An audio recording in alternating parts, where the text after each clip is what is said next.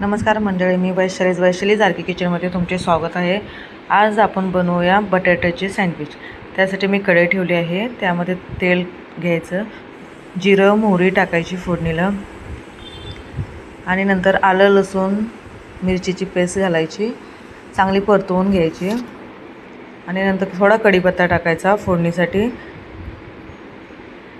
चांगलं परतून घेतलं की नंतर त्यामध्ये हळद घालायची, मसाला आपला चांगला परतून घ्यायचा, थोडी कोथिंबीर घालूया, नंतर जो मॅश केलेला बटाटा आहे तो मसाल्यामध्ये घालून आपण भाजी परतवून घेऊया।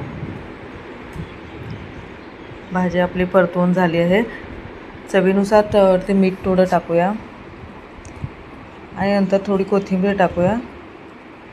आता आपली भाजी तयार झाली आहे, आपण ती ब्रेडला लावून घेऊयात। वरती एक स्लाइस ठेवूया।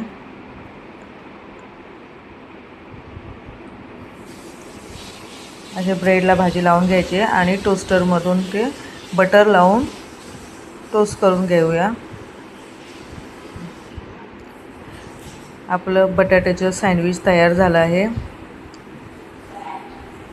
मस्त, खूप छान लागतं, अजिबात ऑइली नसतं आणि पुदिन्याची चटणी आणि खोबऱ्याच्या चटणी बरोबर खाऊ शकता।